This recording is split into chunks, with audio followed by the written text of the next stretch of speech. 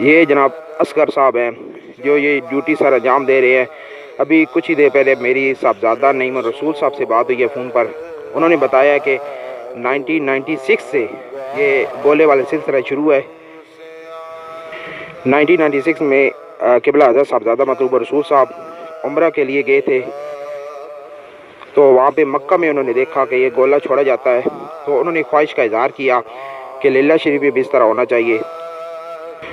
नाज़रीन कराम, ये गोला है जो छोड़ा जाता है, ये रमज़ान शरीफ से कबल ही तकरीबन 65 गोले ख़रीदे जाते हैं।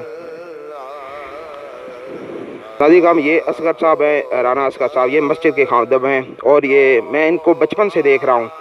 मुझे याद है कि जब मैं 6ठी क्लास में पढ़ता था उस वक्त का देख रहा हूँ। ये बेलोस होकर इस जामा मस्जिद पीरा वाले की खिदमत करते हैं। सहरी के भी टाइम बताते हैं। देखिए सहरी के टाइम से तकरीबन 2 घंटे पहले जाके लोगों को ऐलान के ज़रिए जगाते हैं और टाइम से आगाह 2 बजे से, रात 2 बजे से जाके लोगों को ऐलानात करते हैं, सहरी के टाइम बताते रहते हैं। अभी टाइम नज़दीक हो पड़ा है और ये अमल आपको दिखाएंगे।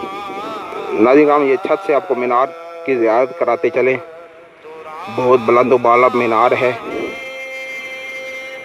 नाज़रीन हम जिस जगह हम मौजूद है ये जामे मस्जिद अल हज़रत ही है और ये आपको जूम करके दिखा रहे हैं।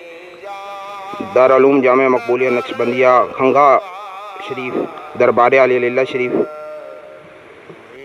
नाज़रीन कराम, ये खजूरें हमने हाथ में पकड़ी हुई हैं। यूँ ही वक्त हुआ हम ये खजूर तनावल करेंगे। नाज़रीन कराम, एक छड़ी पर कोयला सुलगा के रखा हुआ है जो गोले की डी के साथ लगाएंगे। नाज़रीन कराम, इफ्तार का वक्त हो चुका है। अल्लाहुम्मा इन्नी लका सुमतो व बिका आमनतो व अलैका तवक्कलतो व अला रिज़्क़िका अफ़्तरतो।